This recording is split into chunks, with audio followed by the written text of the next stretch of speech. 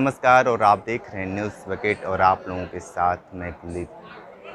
ज्ञानव्यापी का मामला लगातार तूल पकड़ता जा रहा है और सोशल मीडिया पे तमाम तरह के लोग अभद्र टिप्पणियां कर रहे हैं, चाहे हिंदू पक्ष हो चाहे मुस्लिम पक्ष हो।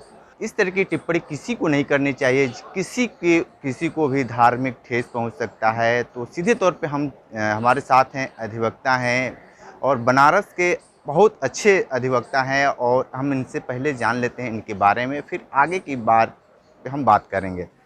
जी अपना परिचय दे दीजिए। मैं राजा आनंद ज्योति सिंह, पूर्व उपाध्यक्ष the central bar association Varanasi. ये बताइए कि जिस तरीके से सोशल मीडिया पे लगातार ट्रेंड किया जा रहा है, चाहे हिंदू पक्ष का हो चाहे मुस्लिम पक्ष का, इससे आपको क्या लगता है कि क्या कुछ हो सकता है? देखिए, अभी तक तो जितना भी आप उठा के देख लीजिए सोशल मीडिया पर, अकबरुद्दीन ओवैसी द्वारा शुरू किया गया, कहा जा सकता है ओबीसी बंधुओं द्वारा शुरू किया गया और ये धीरे धीरे मामला मतलब मुसलमानों को उकसाकर आपसी भाईचारा में दुश्मनी पैदा करने का काम ये दोनों भाई लगातार करते आ रहे हैं।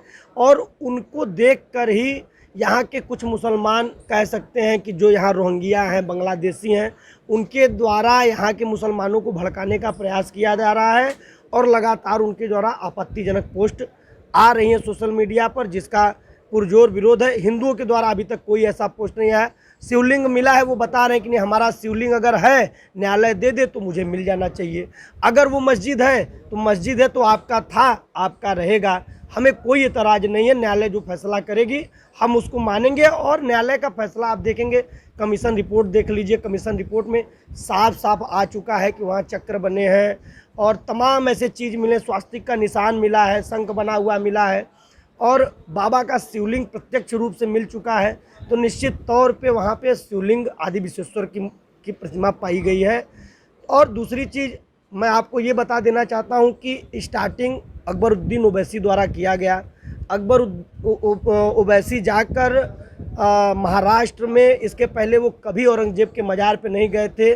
जब ज्ञानवापी मुद्दा तूल पकड़ा तो वो हिंदुओं को भड़काने के लिए जाके औरंगजेब की मज़ार पर माल्यार्पण और चादर चढ़ाने का काम किए। मैं सरकार से आपके माध्यम से कहना चाहता हूँ, मेरी आवाज़ अगर माननीय प्रधानमंत्री तक जा सके तो ऐसे तथाकथित लोगों का, जो हमारे देश को लूटने का काम किए हैं, जो हमारे देश में कत्लेआम किए हैं, लाखों हिंदुओं का कत्लेआम किए हैं, लाखों हिंदुओं को इस्लाम कबूल करने पे मजबूर किए हैं और भारत को इस्लामिक देश बनाने के लिए प्रयास किए हैं, ऐसे लोगों का कब्र मजार होना भी नहीं चाहिए भारत देश में। ये बताइए कि आपके द्वारा क्या मांग की जा रही है? मेरे द्वारा ये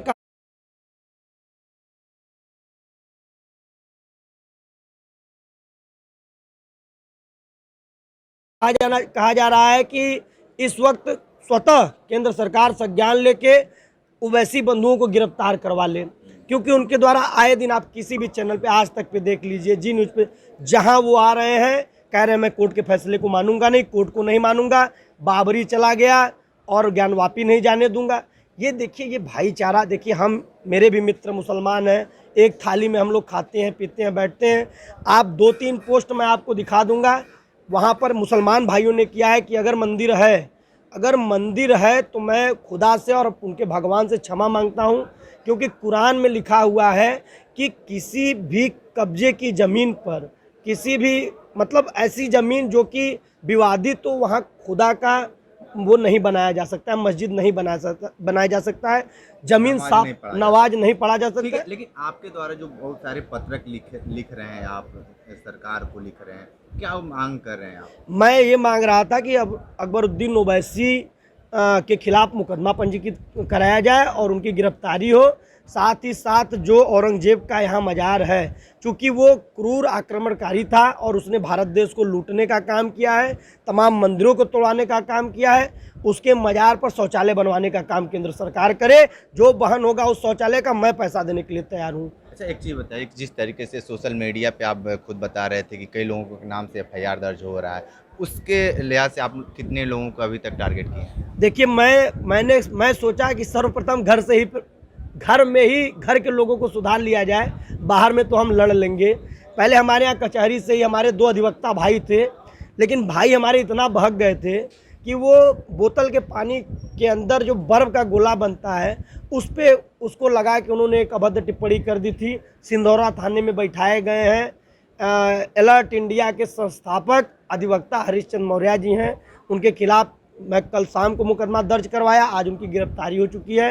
दूसरे व्यक्ति हैं अरविंद यादव जी, उनके द्वारा भी लगातार अभद्र टिप्पणी आ रही थी, आपत्तिजनक टिप्पणी आ रही थी, उनके खिलाफ भी मैं कल रात को मुकदमा दर्ज कराया। संभवतः उनको भी पुलिस खोज रही है, तो मैंने प्रारंभ कर दिया है। 100 लोगों के खिलाफ मुकदमा कराना होगा, 500 लोगों के खिलाफ मुकदमा कराना होगा, पीछे नहीं हटा जाएगा। आप किसी के धार्मिक आस्था को ठेस नहीं पहुंचा सकते हैं। मैं मुसलमानों का सम्मान करता हूं, खुदा का सम्मान करता हूं, तो आपको भी मेरे भगवान का सम्मान करना होगा। ठीक है, तो ये थे राजा आनंद ज्योति सिंह, और सीधे तौर पे ये अपनी बातें सारी चीज़ें बताएं कि जिस तरीके से कोई भी हो सोशल मीडिया पे इस तरह का भद्र टिप्पणी किसी के लिए न लिखे, क्योंकि हो सकता है कि उससे किसी भी व्यक्ति विशेष को ठेस पहुंचे। तो लगातार ये कचहरी से रिपोर्ट दे रहे थे। हमारे साथ बने रहे न्यूज़ बकेट के साथ, हमें दीजिए इजाज़त, नमस्कार। पेश है न्यूज बकेट हिंदी मासिक पत्रिका। पढ़ें इस महीने की